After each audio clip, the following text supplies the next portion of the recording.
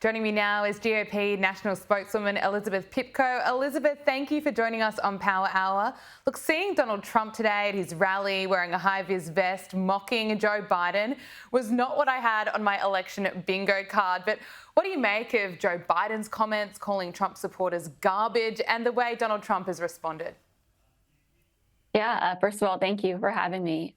Look, what is there to say? I am so proud to be on Team Trump tonight and always. I think it's amazing to see Donald Trump turning this negative comment around in this way. He knows how to create a moment, make the American people feel special and have a good time with him. That's what he's doing right now. I thought the comment made by the current commander-in-chief obviously was disgraceful. I'm sure he and his team agreed with that, which is why they came out and tried to, correct themselves as quickly as possible. But there's not much that you can really say after you call millions of Americans garbage, I notice there's no apology from Joe Biden either. Sadly, we know that he's not the only one who thinks that millions of Americans are garbage. We've got Tim Walz essentially calling Trump supporters Nazis, and we know that Hillary Clinton has called them deplorable. Let's play that grab.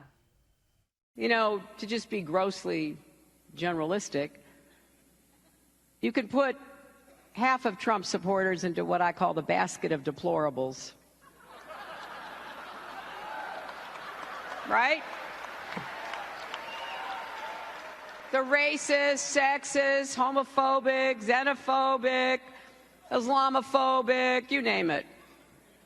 And unfortunately, there are people like that. And he has lifted them up. The rhetoric just has not changed. So I suppose, is it a surprise that we heard the slip up from Joe Biden? It's only a surprise because I think they remember very clearly what happened in 2016 after she made those comments, and I would have assumed they'd learned their lesson since they seem to be so fearful of Donald Trump winning again and getting back into the White House. And I think this is going to cost them amongst many other mistakes that they have made. So no, otherwise it's not a surprise. I think strategically it was obviously horrible, but no, a lot of us have thought that we were looked at in this way by current leadership for quite some time. I think it's blatantly obvious both in their policies and the way that they think that they can get away with mocking the American people, fear-mongering day and night, and trying to tell the American people the opposite of what our reality is. For example, calling our Madison Square Garden rally just the other day a Nazi rally, which I thought was one of the most disgraceful attacks that we've had against Trump and his supporters over the last 8 years. Was also as far from the truth as it possibly could have been.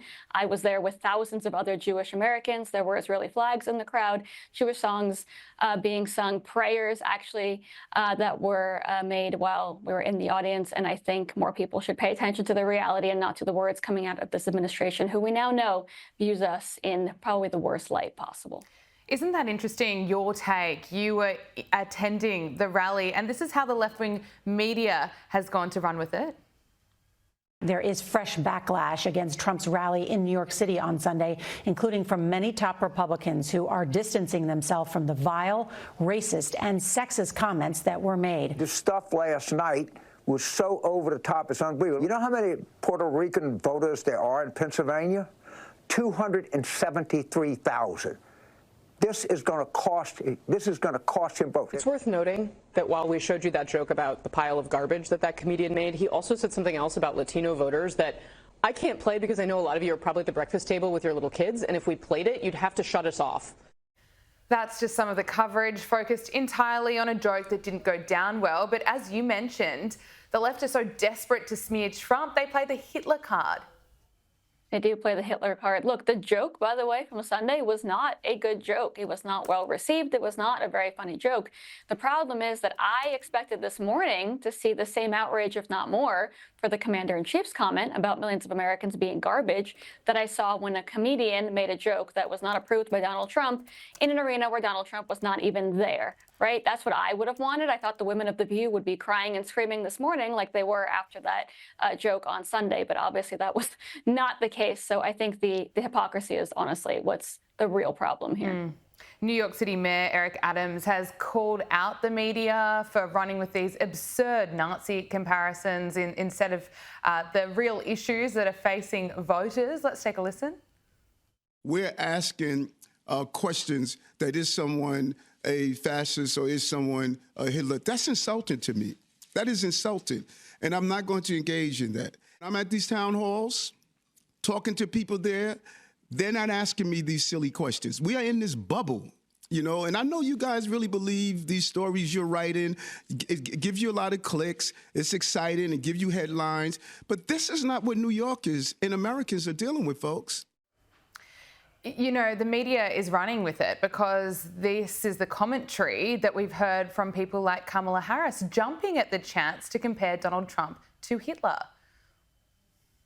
Yeah, look, it's embarrassing. I am very glad that the mayor said those words. He obviously is the mayor of New York, where we have a very large Jewish population, right? It's where I was born and raised. He knows what these comments mean to so many Jewish Americans, whether they're on the left or on the right. He knows what it means when you compare anyone to Hitler, when you make such accusations that are truly laughable, except for the part that really Kamala Harris has missed, which is that anti-Semitism has skyrocketed in this country over the last year or so, since October 7th, because of her failed leadership. So I think it was such an embarrassing comment in general for someone who's clearly trying to win back any kind of momentum that they can before an election, but it was also just very disrespectful as someone who knows the climate in this country right now, especially for Jewish people. Absolutely. Look, Kamala Harris just jumped at the chance to compare Donald Trump to a mass murderer when sacked White House Chief of Staff John Kelly made the comparison. But another former Chief of Staff has come out with a completely different take, calling Kelly's claims deranged.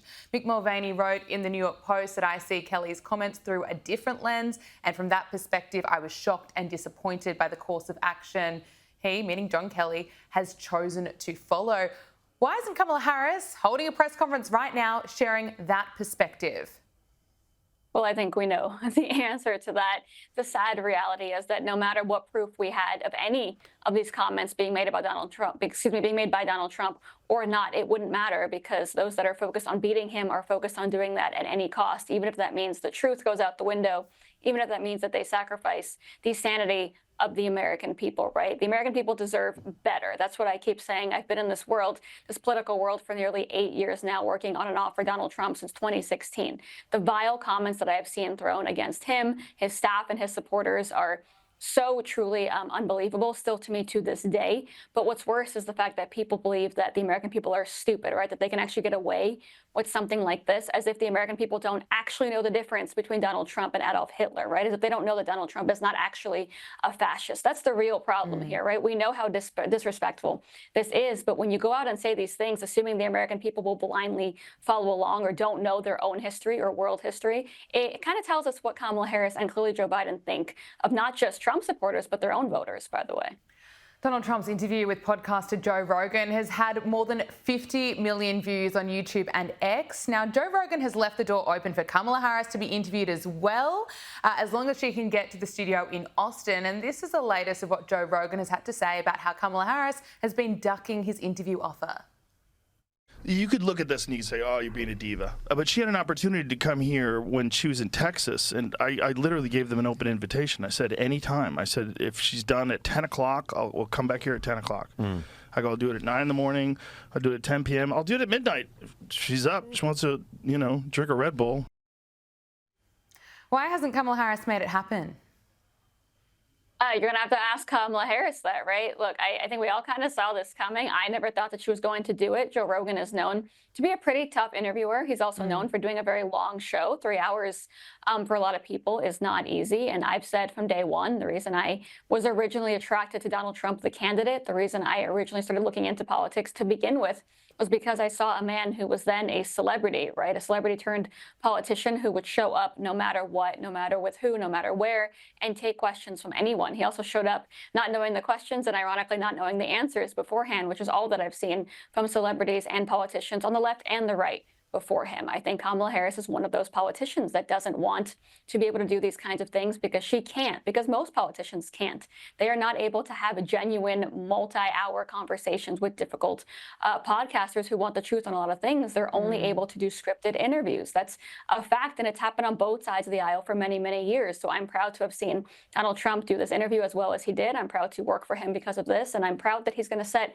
a precedent moving forward, because after Donald Trump is done being our favorite politician, everyone on the left and the right is going to have to live up to these standards, right? And give these interviews no matter how long, no matter with who, and have to do that because they owe it to the American people. There is no way I could imagine Kamala Harris doing a 3-hour interview. Not a chance. I'll wait and see. I'd like to be proven wrong, but I can't ever see that happening. Trump's running mate, though, JD Vance, he's going to go on the podcast with Joe Rogan. What can we expect? Look, I'm excited for it. I think a lot of people don't know JD. He is a new senator. I think for us, it's exciting to show the world that the candidates that we have on our ticket are not scared of these kind of interviews and are willing to give the people what they believe they deserve, right? I'm really proud to have watched JD take on this role as he has. I've watched him show up on every single interview that he's been invited to. I've watched him sit with friendly networks, certainly with unfriendly networks. I've watched him campaign all over the place, have difficult conversations, and not try to show up on election day with the votes that he thinks he's earned, right, that he just deserves, but the votes that he actually had to turn over to his side because he worked for them. I'm really proud to have seen the effort he's put in here and to see the contrast between him and Donald Trump and Kamala Harris and Walz, right, because there is a major difference. Kamala Harris is not just a candidate for president right now. She is the sitting vice president. She's also the sitting vice president working with the current commander-in-chief, who has also completely disappeared. And I think she owes so much to the American people, answers at minimum. And to see that she can't do it makes me really sad just as an American, but I'm incredibly proud to see Donald Trump and JD Vance go out there and give the answers to the American people, because that's what we should be doing as we try to earn their votes. Early voting is underway and the Supreme Court has rejected RFK Jr.'s attempts to remove his name from ballots in swing states Michigan and Wisconsin after the former independent presidential candidate aimed to remove his name from the ballots to boost Donald Trump's votes after endorsing him in August. Now that the Supreme Court has rejected that, how much do you expect this will impact Donald Trump's vote? So look, we're obviously hoping not very much. RFK Jr. has been very, very adamant about his support for Donald Trump, right? He has explained as much as he can. He has campaigned as much as he can. We're so proud to have him in our big tent party and movement, right? He's been incredible. People like him, like Tulsi Gabbard, like Elon Musk, who are inspiring people every single day to stand up, not for a political party or even a candidate, just for their country. I think he does an incredible job. Obviously, we're hoping for a different result, but I think knowing that we have him on our team is good enough. We're excited to have him be a part of that. We know how inspirational he is to so many Americans, and I'm hopeful no matter what state we're talking about, right? People know that if they're going out voting for what he stands for, they're circling Donald Trump's name. Finally, Elizabeth, Kamala Harris is still trying out new accents. Here she is speaking at a service in Philadelphia.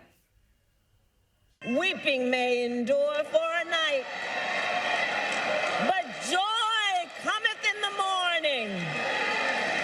The path may seem hard, the work may seem heavy, but joy cometh in the morning, and church morning is on its way. I didn't think she had any more up her sleeves, but she keeps pulling them out. It does. We have a few days left, right? I'm expecting a couple more good ones. Look, everyone knows who I voted for, right? Everyone knows where I stand. I will leave this one to the American people. I cannot understand what she's doing, but I hope the American people can tell her how they feel about all of her accents and all of her flip-flops and everything else on November 5th. Elizabeth Pipko, thank you so much for joining us on Power Hour. Really appreciate it. Thank you for having me.